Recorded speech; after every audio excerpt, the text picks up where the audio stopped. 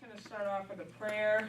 So if everyone can just remove everything from your laps, unless you're eating popsicles, in which case, enjoy. Lollipop guild.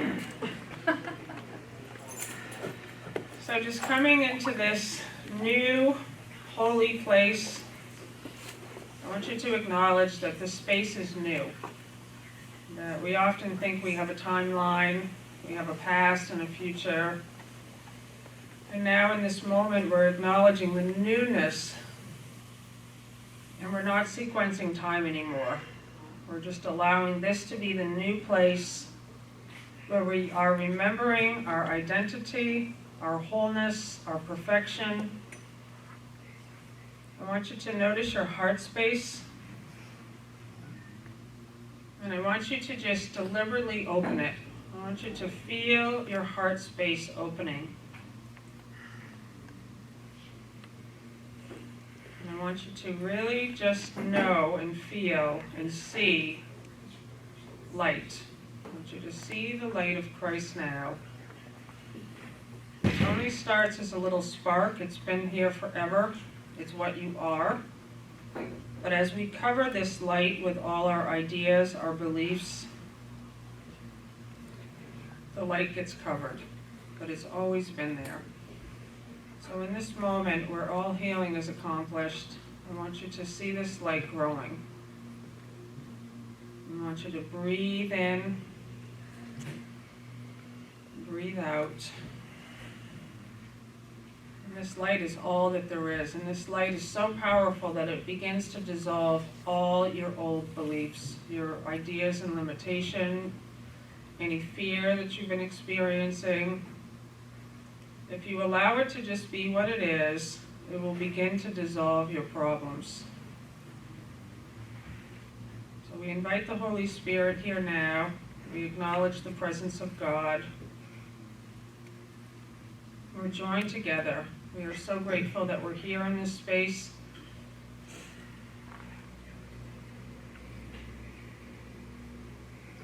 And we're acknowledging our oneness with each other, the one mind of God.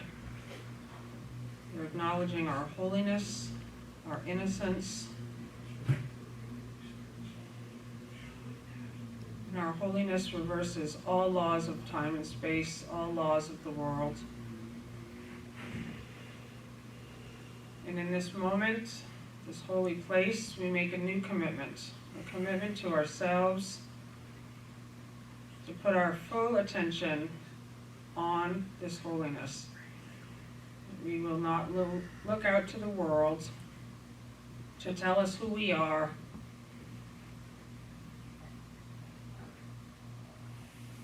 We're remembering who we are. And the heart space is open. And now we have a willingness to allow the love that we are to flow through us to others. And those others are yourself. You are always giving to yourself. Breathing in.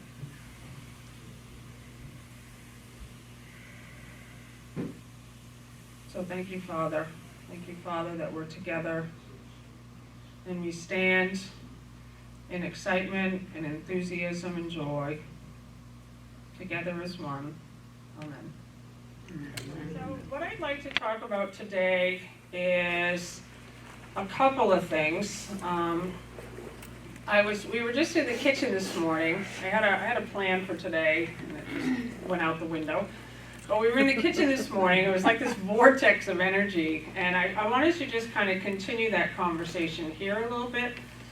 So the conversation that we were just having in the kitchen was about when you go away, like when you go to a workshop or you go away on a holiday or you just do something a little bit different from your normal routine. And then when you come back, things are difficult. It's just, you have a feeling of like being high while you're away and feeling like all things are possible. And then what we do is we come back and we want to try to pick up our old routine again. And it doesn't work.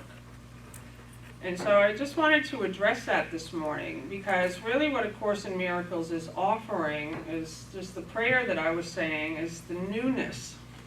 the newness of every moment. And I've become really interested in quantum. You know, I've been reading a lot of Joe Dispenza lately, and that we live in a quantum universe with infinite possibilities, and that all time is going on all the time. And what we do as humans is we create ourselves on one timeline with a past and a future, and our habits and our routines, and it becomes so unconscious that you're never open to the other possibilities. And so I just wanted us to look at that, and the part that I really was interested in this morning that really goes along with it is from chapter 2, called Cause and Effect, section 7. And Jesus is talking about how you need mind training. And what he says is that confidence cannot be developed fully until mastery is accomplished. So that's incredible. So you begin to really be in the mind training of A Course in Miracles, where you're noticing your thoughts, you're noticing your emotional state, and you begin to notice how you're in a loop. You've been looping. And so, who has this experience of doing something differently and coming back and it not working anymore?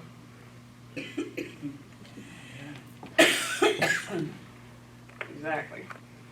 And so what Jesus is saying in A Course in Miracles is that the whole mind training is to disrupt your timeline. So when you go away, and you don't have to physically go away, when you have a holy instant of the newness of your mind, that literally disrupts your timeline. You feel your wholeness, you feel your perfection.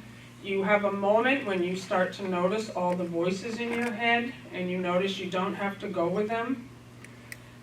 But what the ego mind is constantly vigilant for is to put you back in your box. It wants to put you back in your routine, in your old habits. So you really do have to become a master. You know, what we're doing right now on the foundation, at the Teachers of God Foundation, we brought Linda Leland on. We're looking at the Living in Purpose program right now. There's not many people in it. You know, we've had maybe 100 people that have gone through that program, and everyone who's in it has been completely transformed. And the reason for that is because we're really encouraging people to not learn about these lessons anymore, but to apply them, to live them every single day. And we give a 6-month period for people to begin to use and apply these lessons in your life.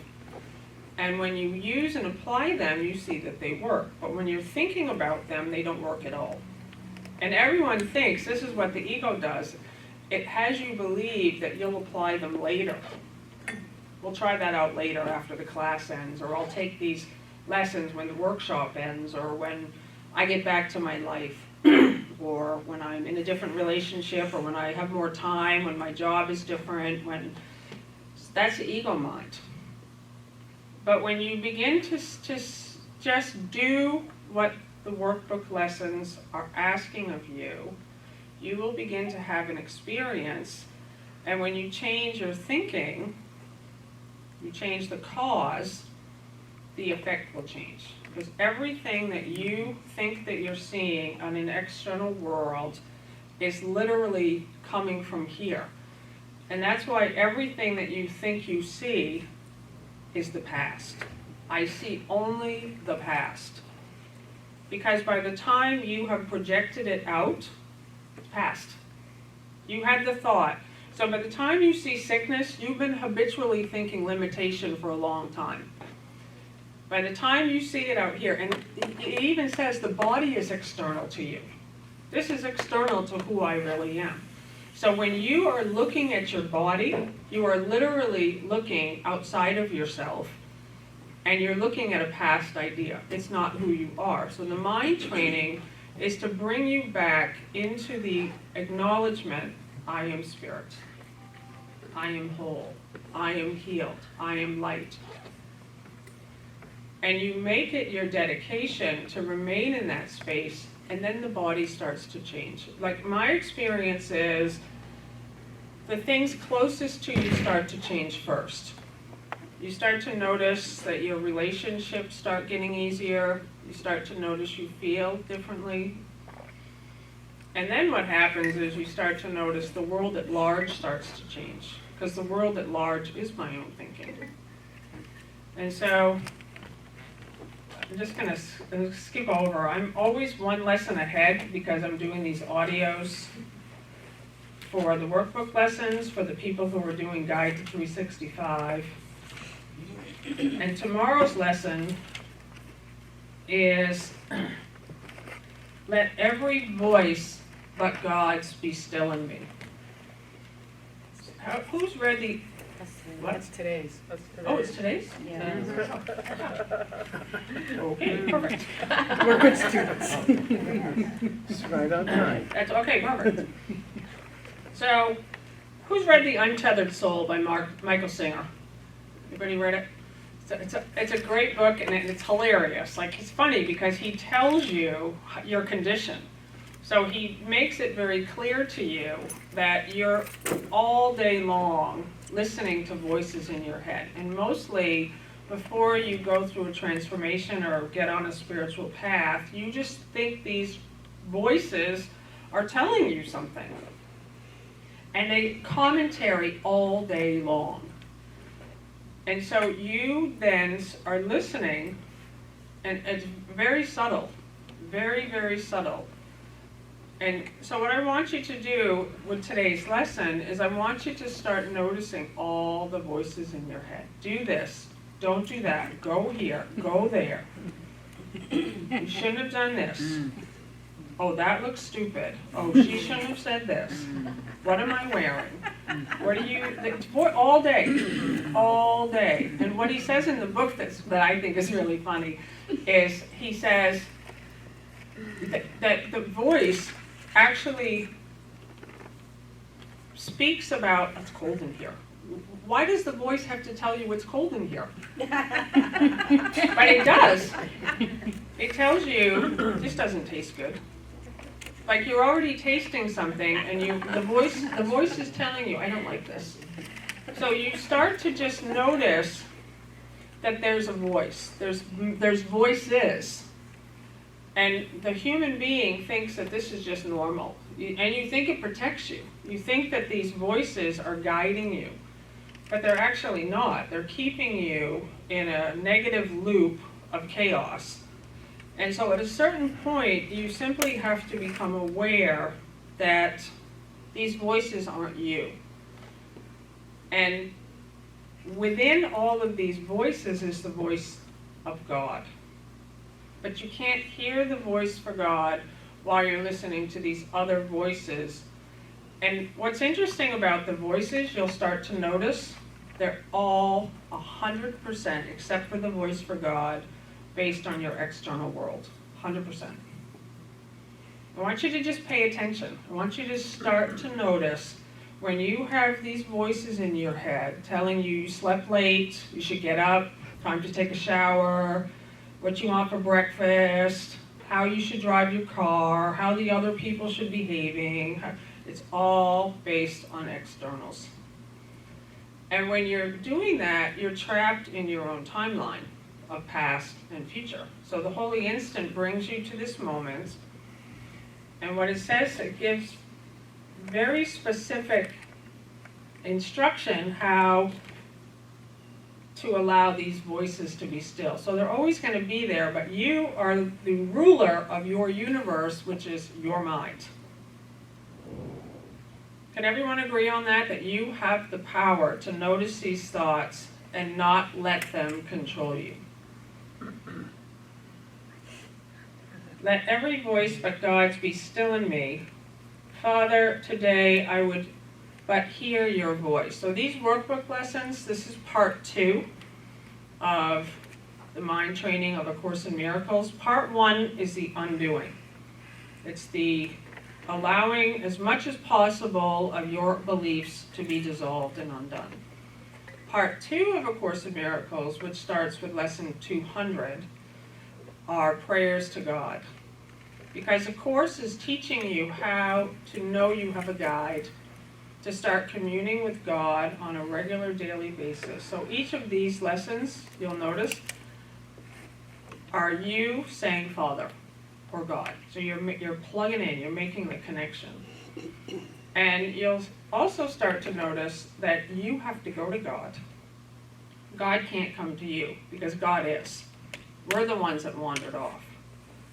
So all these lessons are inviting us to be still and go back to the place where we left. So when you're praying for a miracle or some sort of a change in your life, and nothing happens, that's why.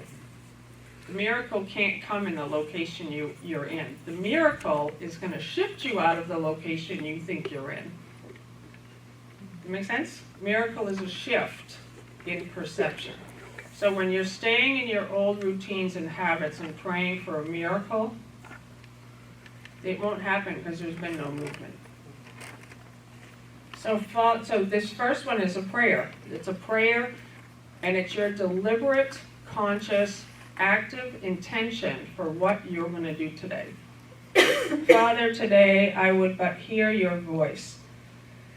In deepest silence, I would come to you. So that's just what I was just expressing. The stillness and the silence, very important. And that I would come to you now. I would move my location. I will move out of my thinking about the problem. I will move out of my ideas of planning. And I'm coming to you. And you come with open hands. You just, in that moment, you allow yourself to rise to the place. And you feel the peace of that place. I would come to you to hear your voice and to receive your word. So that's where you receive his word, in that place where God is. I have no prayer but this. I come to you to ask you for the truth. And truth is but your will, which I would share with you today.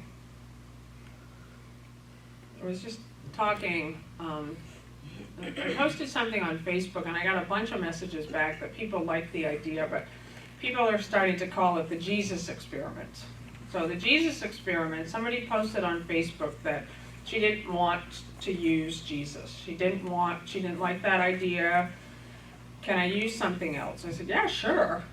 But how about for 1 week, just for 1 week, what have you got to lose?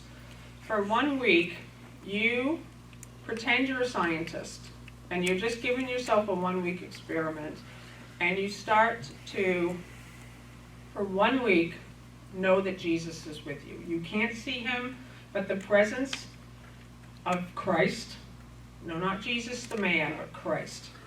So that you start to, you can't know it until you move out of your thinking mind. That's all I know for sure. Until you say, okay, I'm willing, as an experiment, to play with an idea for something my body's eyes will never see. And for 1 week, you're going to have coffee when you wake up with Jesus. You're going to talk to him. You're going to listen to him. You're going to say, hey, okay, what are we doing today? What's the plan? What would you have me do? That's the first sentence in the text of A Course in Miracles. Lord, here I am. So we have to begin to practice and experiment with this idea and to listen and go with that guidance. And to start to just acknowledge, okay, this presence and this power is with me. It's beside me, it's before me, it's in me, it's as me. And you begin to work the same way you work with other people. And I like the idea of thinking how I am with a friend. So when I'm with a friend, I give my undivided attention, always. I'm not pulling the electronics out and you're trying to talk to me and I'm just, but that's what we do with Jesus or with God or whatever name, the name doesn't matter. That's all I can say about it. But I just said to this woman, for 1 week, why not? You give your undivided attention Jesus in the car with you, in the passenger seat, Jesus eating dinner and making dinner with you. Always you're together. You're not alone anymore. That there's a presence with you. And if after 1 week nothing's happened, drop it. Just drop it. You tried it, you dropped it. You give it your full endeavor. And if it doesn't work, just forget about it. My experience is you're going to be amazed. You'll be totally amazed by the things that happen when you start, right, Nancy? People who have done it, they're smiling because they know it works. And you start to see now that you can't go back to the old way of living. So that's what I was expressing at the beginning here of whenever you've gone to a retreat or a workshop or a vacation or a holiday, you've created some kind of a disruption in your usual routine. You feel the expansion of it. You feel the freedom of it. You feel the newness of it, the excitement of it. But then what happens is we slide back into our old routine again. And when you slide back into your old routine again, you don't fit anymore. You just, right, Al? Yep. That's what happened when we got back from Denmark. You know, we go in away, and I hear it all the time when people do workshops. So, but this is described in the Course. Literally, when you disrupt your timeline, it disappears. And the Bible describes it as when you leave a place and you try to go back, the place isn't there anymore. It's been swept and garnished. So you have a moment of freedom, and then you go back to the people in your life, and it's like, who are you? Like, who are you? And you try to make them fit. You try to control, now the ego's back. Now the ego wants to say, okay, let's make it work. But what we're being invited to do is just go. Just leave all timelines together and allow yourself to be shown your next steps. You know, and I've really been looking at this idea of how unconscious it is for you to think you know someone. This is my friend, and I know you because I've known you longer than I've known you. I've known you longer than I've known you two. You I just met. You, welcome. You know, and so you start to notice like how, and what happens when you do that unconsciously, you put them in a box. You think you know what they're going to do. And we all do it. That's the human being. The whole condition of the human mind is you always do this. You always do this, and I know you're going to do it again. So now I've just trapped myself in my own timeline, and I've put you in the box. I'm in the box, you're in the box. And we're both trapped. So the healing is to release myself and to release you completely. That I say, okay, wow. You know, like with Bill. So like, I think Bill's my husband. And I'm his wife. And we live in a place, and then we're going to go here, and then we're going to go here. And the mind is then all set. But the miracle allows for something new to occur. It allows for everyone to be free. So the lesson for today is... So if she leaves with Al, everyone will understand that we made a switch. There's been a switcheroo in the plan. That's funny. Or if I leave with Diane. Or Diane. It's all good. Right. The idea that I'm leaving with a man is also in the timeline. It's just like, Right. So the hookup table's back there. there's a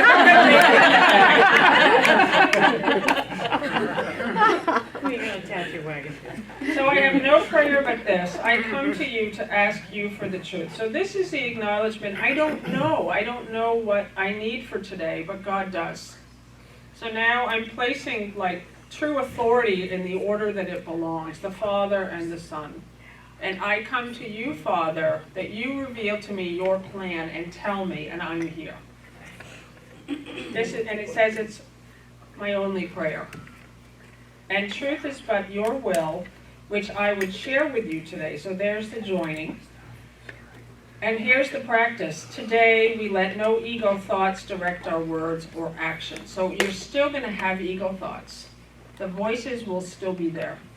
They'll still be bossing you around. That's what the ego does. It bosses you around. It tells you what to do. It tells you how to feel. It tells you who you are. It tells you about all your limitations and your lacks and what a loser you are. And it just wants to keep you small. But yourself is ruler of the universe, right? Because the universe is your mind. So when the voices come and start telling you, you shouldn't have done that, that was stupid. The voice is there. It's okay. But you're not going to let it guide and direct your words or actions. That's all. So you're allowing the voices to be there, but you're saying, but I'm not going to let it be in charge anymore. I'm in charge of my thoughts and feelings and emotions. That those things that happen to me in my external world, and remember the body is part of your external world, so when you feel a pain in the body or something that's happening, you're saying, okay, I have a thought that this hurts, that something's falling apart. It's okay. But I'm not going to let it tell me who I am, and I'm not going to let it direct my actions or my words. So that's when you become a master. So that's that line from chapter 2. Confidence cannot be fully developed until mastery is accomplished. So we're all masters here. But it's what Jesus says is we're all potential. He says, you are like me. But the difference between me and you is he's accepted his mastery. He's in that full centered place, and he's not allowing all the things that are coming to him to sway him from his true mission and purpose. And that's the call for all of us. That we come to this place when we say, I am love. It's all I am. No matter what happens, I am that love. And whatever you say to me, awesome. It can't sway me. Nothing can disturb my peace anymore because I am the ruler of the universe, my mind. So everyone's free now. I'm not trying to control the externals where I try to get everyone in my world to teach A Course in Miracles and live the principles and be happy. And a lot of people do that. They think, I only want to hang out with spiritual people. That's you trying to control your environment, which is already past. You've forgotten the all-inclusiveness of this work, that you begin to see it's all me. It's all me. No one has to be different. Because everyone who's doing different things, it's me from the past. So now you're coming into a place of mastery. And then it says, when such thoughts occur, so that's good, right? Because many times what the ego wants you to do, once you get to this level where you're really in a place of going the whole way. You're going the whole way. And what the ego then says, oh no, my days are numbered. Okay, now I have to make her feel guilty for having an ego thought. That'll work. Because the ego wants you to believe that you should only be thinking loving thoughts. So it's going to try to get you on any way it can. So you now are just allowing the thought to come, the thought of lack or limitation or a judgment about another person. When such thoughts occur, we quietly step back, look at them, and let them go. So the practice is stillness, always. That's the practice. So when the thought occurs to you, that idiot. So you have the thought, right? Just that idiot. How dare she do that to me? So the thought's there. And when you are sleepwalking through life, you won't take that step You won't take that, it only takes like half a fraction of a second and even less to just for one moment say, that's the voice I'm letting be still today. And the voice comes from outside of you often. It comes in the form of your own projections, telling you ideas about yourself. And what the human being does is react. It doesn't take a moment to say, that's the voice I'm going to let be still today. You look at the thought, and this is where, to me, the course gets fun, because now everything that every single person says to me ever, I'm just amused. I just think, hey, wow, that's an old idea that I definitely, that was me. What you're saying, yep. Or I see people doing things, and I think, yep, I used to do that. Might have been 1,000 years ago. It might have been 20 years ago. But when I see people in fear, or I see people killing people, I've killed people, for sure. I don't know when, I don't know what, but in the mind that we all share, we've all done all things to all people all the time. So in the newness of your mind now, your Christ mind, there's this compassion that begins to happen when people are acting out, because it's you. Just your own projection, you're acting out, and now instead of reacting to figures in a dream, which is your dream, you're just stepping back, quietly looking at it, saying, I don't want that anymore. I want the peace of God, and it just goes. We do not want what they would bring with them, and so we do not choose to keep them. One of the things that I've been noticing is how often Jesus uses the word choose. You have to choose for this. I choose to be a master and only love, and to watch the thoughts and to let all the other thoughts go. They are silent now, and in the stillness hallowed by His love, God speaks to us and tells us of our will as we have chosen to remember Him. Let every voice but God's be still in me. So I just want to open it up for any comments or questions or how this work is working for you. Yes, Nancy. As you were describing what we need to do and why to listen to those crazy thoughts, but call them, it occurs to me that we need to learn to be sanely schizophrenic.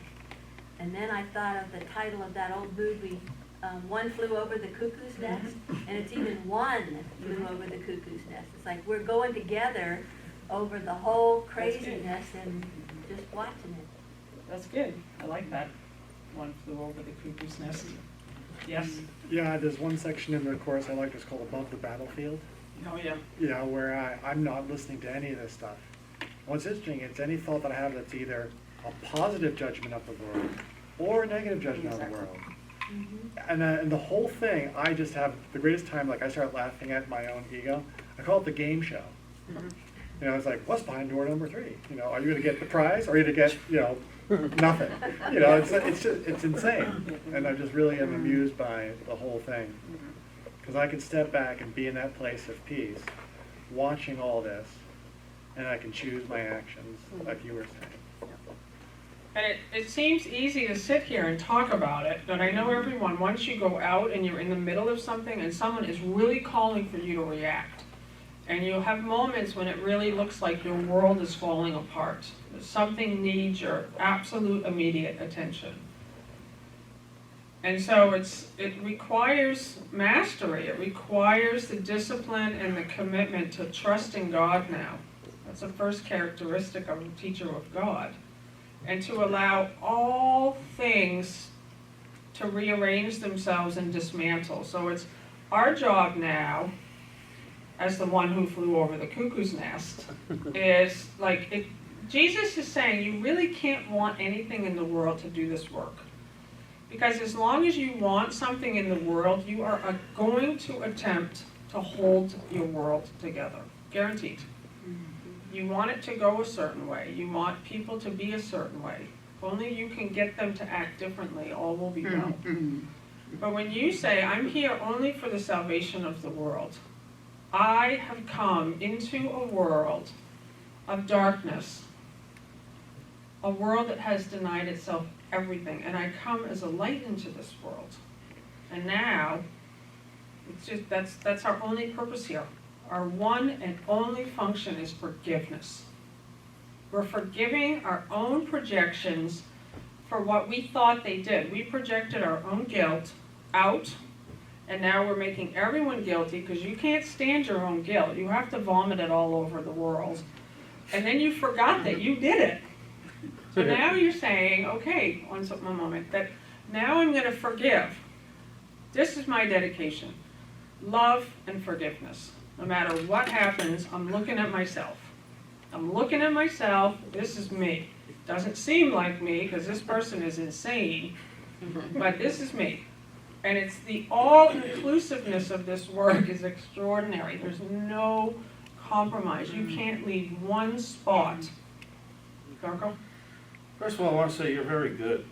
You're very good too, thank you. No. I'm just saying that I haven't heard you speak for a while, and you're very good. Thank you. Then I wanted to say that when I used to do my activism, and we'd be out there on the streets mixing it up with people and talking to them about what's going on in the world, and it was a very joyous, high-energy activity. And then the next day, there was this, like you were talking about, there was this huge letdown. You just felt like, blah, just totally no energy. As if the thing that happened the day before didn't happen. And of course it didn't. But then you're coming to that space of like realizing that we did all that and where is it? And then you just feel like really, so that's just pertaining to what you were talking about. Yeah. And then I thought it was very helpful the way that you were talking about the seeing your ego, quote unquote, and what other people are expressing to you because they're part of your projection. Mm-hmm. And if they're communicating to you with anything other than purest love and light and peace and joy, then that other thing is ego. Mm-hmm. And you can just totally, not have a reaction to it, not be affected by it, see the humor or the absurdity in it. Mm-hmm. So. Yeah, thank you. And what you said just reminded me, like, one of the most important things with this work is that when you have these high energy experiences, like you have a workshop or a vacation or a great relationship or something amazing, and you're not holding on now, and you go back to, sort of your routine, and it seems a little slower, a little like, oh, not much is happening, where's all the people? And Jesus is saying, like, just give it a minute, just give it a minute to allow the new effect to come. The new, you're just always trusting. You're saying, okay, I'm not going to make up more exciting things for me, because I don't do that anymore, because I'm here only to allow myself to work with this presence and this power. And so, to me, that's mastery also. Like, when it looks like not much is happening, just enjoy it. Don't try to make up more things to do. Just enjoy it. Just relax and enjoy. I just wanted to tell you, I don't know why, but you just sparked the idea in me, but there's this cool thing that I just read. I'm reading Joe Dispenza's book, Breaking the Habit of Being Yourself Again, and he talks about this incredible study that they did with scientists. It's this institute called HeartMath, which some of you may have heard of. It's about heart coherence. And the study was, they took 3 different groups of people, and they had vials of solution with DNA strands in them.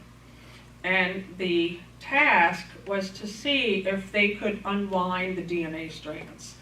So the first group was just to think about unwinding the DNA strands, so that they were just in their mind, using mind power to unwind those strands. Nothing happened. The second group was in a heart space of love and joy and gratitude and appreciation and an elevated emotion. So everything's just energy. So they were getting these participants to change their energy field and feeling gratitude, just were winding themselves up. Nothing happens. A teeny significant change in group 2, those that were using the elevated energy. The third group was the elevated energy with a clear thought to unwind the vial, the DNA strands. Within 2 minutes, they unwound the DNA strands in those vials. So this work is about wholeness, using your whole mind and your whole heart. And just getting into that place of gratitude and love and appreciation and connecting it with your mind and just allowing yourself to see the change. So like that prayer I did this morning, instead of complaining and criticizing and being bored and using your life to wonder what's going to happen, all day long you can have your heart open. You can just see yourself as sending love and light, and you're just here as a light in the world, and everyone's one with it. And see everyone, like think it, of them coming into this space also. You know, just like as a practice, just to do something like that, and you'll be amazed how much things begin to change for you. Linda? Oh, I was just going to say that you just wrapped up so many great things that I've been thinking about, so thank you. You know, we went on the retreat. I was thinking that, you know, typically before it's been really hard for me to transition back after retreat. I remember after the May retreat that we did, was it last May or the one before? Like I just left there and like laid on this wall in the sun somewhere. I didn't want to go back. But I've realized, and you know, this other retreat I was on, there's people that's just nervous about how to hang on to this when they get home. But just what you said, I just really have realized. So after this retreat, I was really excited to go back. That you know, when I go back, that to stay in that space is a choice. That's mastery. It's not like I just go back home and, you know, then I see myself rushing, you know, out of fear, or I see myself efforting and doing and things that are uncomfortable. But now I just have the knowledge and I know what it feels like to choose again, to choose from love and not fear. So, and that's mastery. Yeah. And that initial, like you said, that initial ego thought will always be the first one that comes up, even for a master. But we just don't stay there, we just don't stay in it. And then there's no, like you said again, I can't believe you just said it too, something that I've been thinking about this whole, I'm not there yet. If you're recognizing those thoughts and shifting out of them, you're there, you are a master. Yeah. It's not that we're never going to have them. It's not that we're never going to start rush. But then you notice, wow, I'm really rushing around trying to get things done, trying to please this person, or trying to, and they say, whoa, time to, just to be aware and feel that for me that's just all there is. So thank you so much. Thank you so much. So one of the things that we've been looking at on the Teachers of God Foundation with the Living in Purpose program is changing the name. So we're going to keep it Living in Purpose, but we've been working together as a team of what, like a subtitle. And what we came up with was a 6-month mastery program for miracle-minded thinking. So that's based on the Course in Miracles, because when we looked at it, we were like, what exactly is this program and why is it working? And it really is just an invitation for people to come into miracle-minded thinking, and it's all over A Course in Miracles. And Jesus says, you start in ego thoughts with what he calls wrong-minded thinking. You think there's a separate world, different bodies, you're judging everyone, you're complaining, attacking, criticizing, blame, guilt, the whole thing. Wrong-minded thinking. Right-minded thinking is when you start working with the Holy Spirit. You start making choices based on love.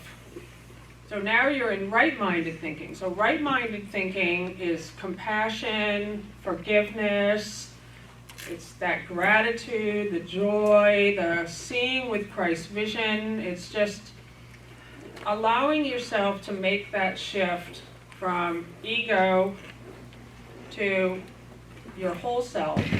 And then he said, but that is not one-minded thinking. So there's even a further step when you move from wrong-mindedness to right-mindedness to one-mindedness, where you recognize it's all you. It's all you, and it's all God, and it's all good. End of Amen. Ian.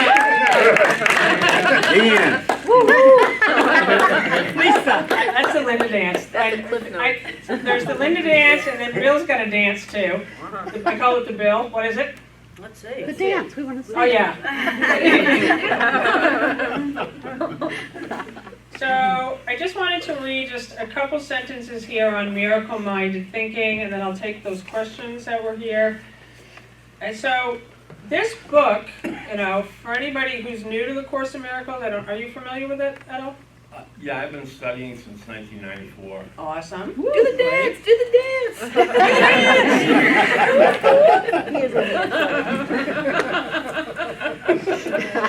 So you start to notice that it's written in a language of somebody speaking to somebody, and it's Jesus. It's Jesus who's resurrected as the Christ speaking to you. So he says, you may still complain about fear, so it's Jesus speaking to me, that I still complain about fear, but you nevertheless persist in making yourself fearful. So Jesus is a master. And if you've ever read the text, the original manuscript, you begin to see how uncompromising he really is. They took out a lot of stuff from the original manuscript to make it into the Blue Book. And that's fine. But if you read the text, you see that Jesus as a teacher, he does not mess around. He does not want you to play small. He does not want you to stay in your stories and your littleness. And so he's speaking at first to Helen Schuckman and Bill Thetford. So he's using them, but he's speaking to me. He's speaking to all of us. And he's like, stop it. Why do you keep doing this? Cut it out. You know better. Like he says things like this. I told you this already before. He says that a lot. I told you this already before, but you weren't listening. So he's constantly coming back with like, I'm going to have to remind you again. And if you look at the Course, it's just a repetition of the same ideas. So he's saying, I already told you that you cannot ask me to release you from fear. I know it does not exist, but you do not. If I intervene between your thoughts and their results, I would be tampering with a basic law of cause and effect, the most fundamental law there is. I would hardly help you if I depreciated the power of your own thinking. So he says, and this is what I was just expressing earlier, it is much more helpful to remind you that you do not guard your thoughts carefully enough. That's today's lesson. You need to start guarding your thoughts. You need to become aware of the difference between the ego thoughts and the voice for God. You'll know, in the stillness, you'll hear God. You start to hear that still, small voice. And the voice is always saying, relax. That's all it ever says. It says, look, I love you. You're whole and perfect. So grateful you're here helping me. Thank you. That's the voice for God. It doesn't yell at you. It doesn't condemn you and criticize you and tell you to go do something in a commanding, bossy voice. It doesn't do that. It's just a small, still voice. And then it says, you may feel that at this point it would take a miracle to enable you to do this, to guard your thoughts more carefully. Which is perfectly true. And then it says, you are not used to miracle-minded thinking. We're used to attacking and blaming and criticizing and judging and putting ourselves down. And that's what we're used to. So we're not used to miracle-minded thinking, but you can be trained to think in this way. So you're in a mind training now. That's why it's helpful to do the workbook lessons. If you've never done them before, I encourage it. And if you've never read the text, I encourage you to begin. Start with chapter 1 and go all the way through and just do it. And then read the clarification of terms, read the teacher's manual, if you want to. Like if you want to really join in this great awakening, we've got the book, you've got the manual. So then it says, all miracle workers need this kind of training. So you're miracle workers. All of us are miracle workers, and we need this kind of training. I cannot let you leave your mind unguarded, or you will not be able to help me. So that's that Jesus experiment I was talking about. He wants to work with us. I was just reading in the psychotherapy pamphlet, or it's in the back of this book, the psychotherapy process. He says, he's talking about psychotherapists, and a psychotherapist is no one except a teacher who's helping another, really, to help them remember the truth. But what he says in there is something like, no healing can occur until you're working with the one. So you can help someone greatly. You can remind them of the truth. But healing can't occur until you're joined with the Holy Spirit or with Jesus or Christ. Whatever that you call that name, it doesn't matter again, but the healing comes from God. So you have to be joined now. And I was just talking to Henry, like, my experience is while you're in the training, there's a separation. There's a me and a Christ. And what the Course is doing is going to bring an integration where suddenly, in the beginning, it's like you're thinking with your mind and you're contacting the mind of Christ. And that's good. That's a really good first step.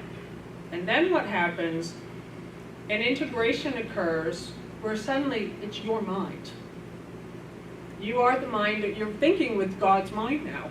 There's not a my mind and God's mind. You suddenly are using God's mind.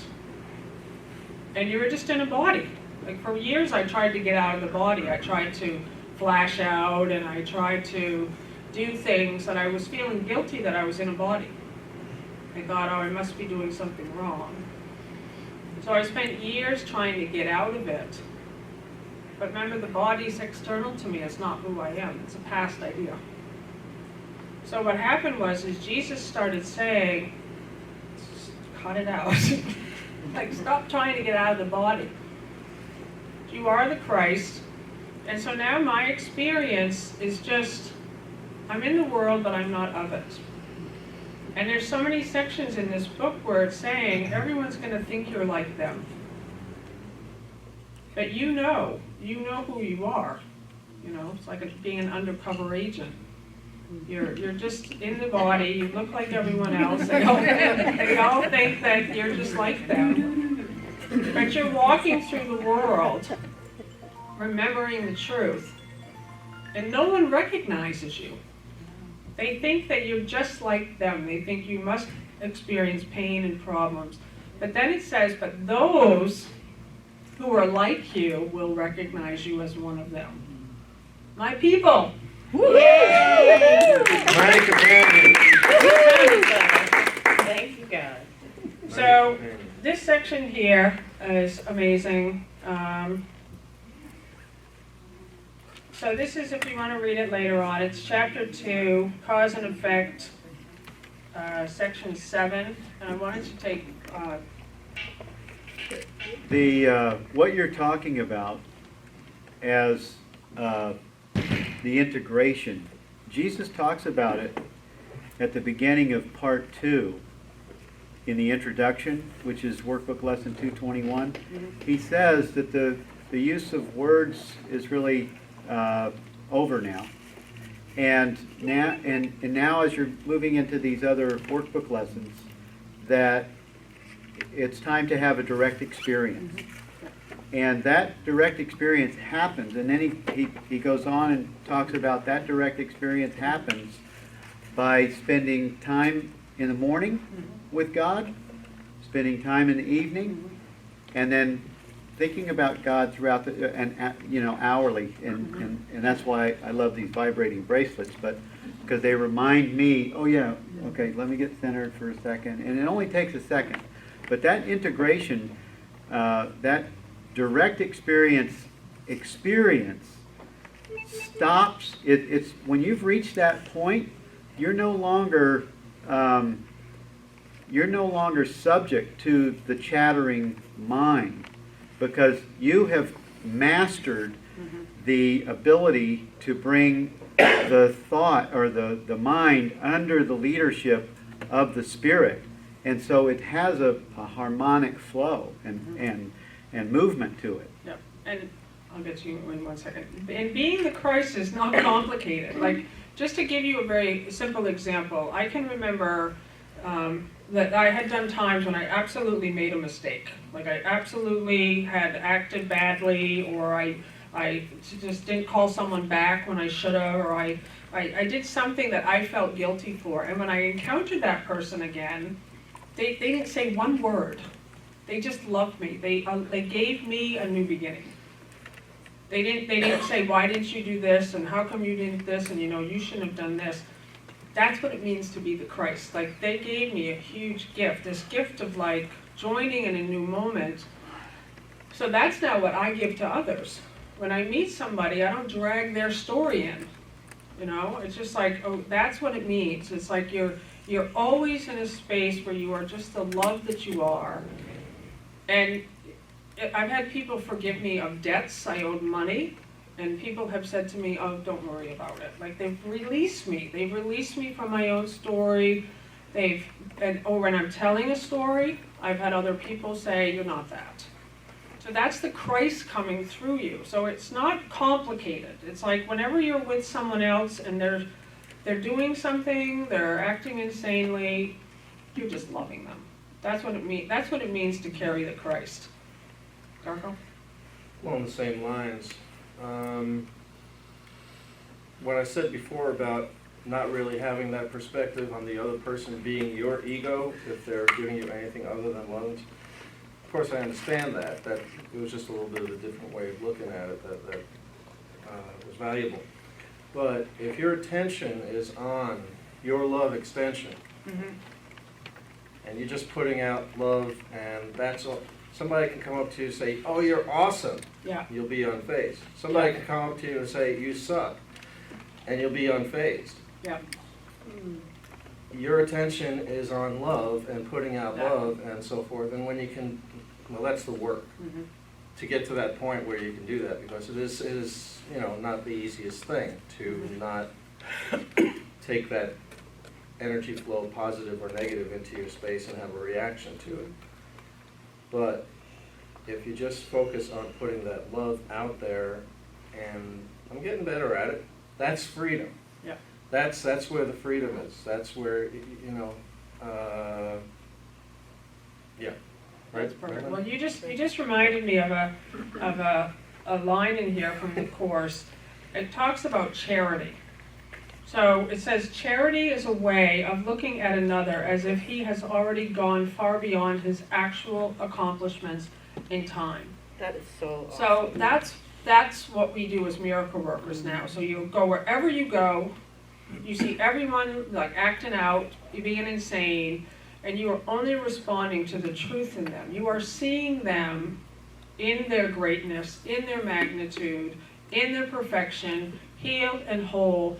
You don't see the story. It's like Rod Shelberg, when that most of you have seen him. He's this physician who works with Christ, and he said whenever someone's telling him about depression, he's in his mind. Not true. He's just constantly like, I'm never going to get there. It's like, and then as the Christ, you're seeing them as that they've already succeeded. Yes. So, I'm moving across the country in 3 days. And what you've been talking about is practicing the Course in your daily life.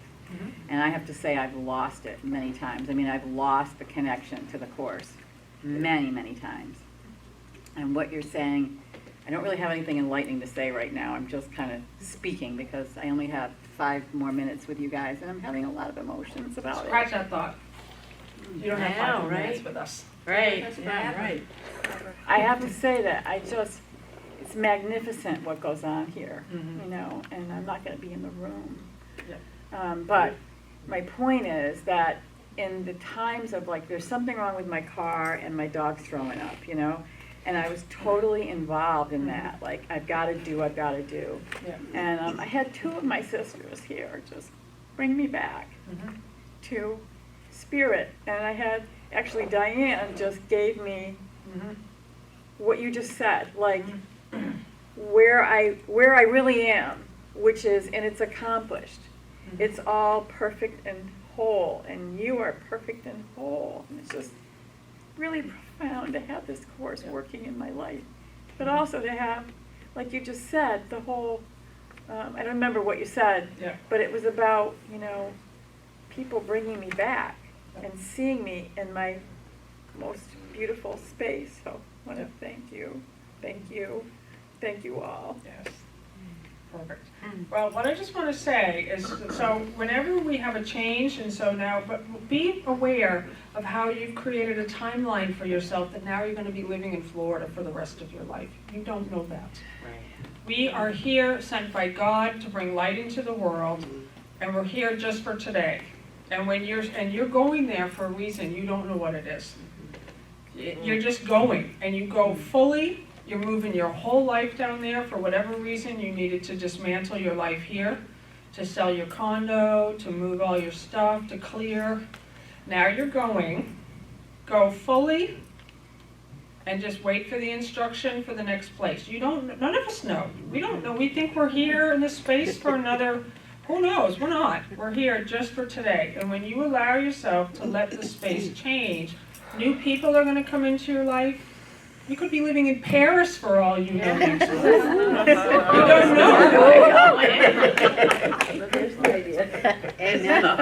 know. Just a couple more quick questions. I'm going to do a closing prayer. Linda, you had your hand up. It was just based on what you just said before, and I love the definition of charity in A Course in Miracles. And one of the ways that I love to say that in another way is speak to the king, and the king will show up. Yep. Always. Like I would do that with my teenagers when I was frustrated and I wanted to talk to them like they were idiots. Or used to really line myself up with someone who's difficult and just speak to the highest, like they've gone further, and that's who will show up for you. So I love that. Yep. Well, when Monica and I were at the academy, we had a teacher, the master teacher, and whenever we were with the master teacher, we were all on our best behavior mostly. Right? It was just like, for many of us, we held him as the high mark, and when he was around, our minds were aligned in that place. It was just like doing the work. We would leave the session room, go into the dining room, and start gossiping about other people and how everyone's doing things. And one day Greta said to me, she's a good friend of mine, one of my just greatest teachers, she said to me one day about that whole thing of people just being, really aligned in love, and then going into the dining room, she says, would you be saying that, or would they be saying this if dear one, we call them dear one, we're sitting at the table. So you start to, and Jesus is with us. He's sitting at the table with us. He's sitting with us. And so now you start really becoming aware of that, like, is this the highest and the best expression right now?